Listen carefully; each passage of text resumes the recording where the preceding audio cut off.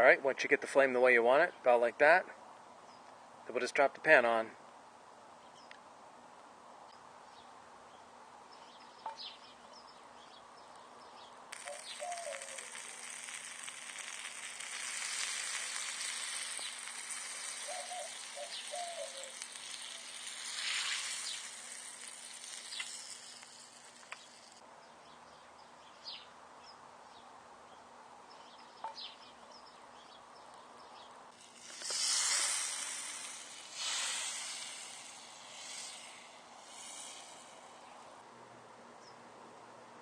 Now I got lots of hot coals.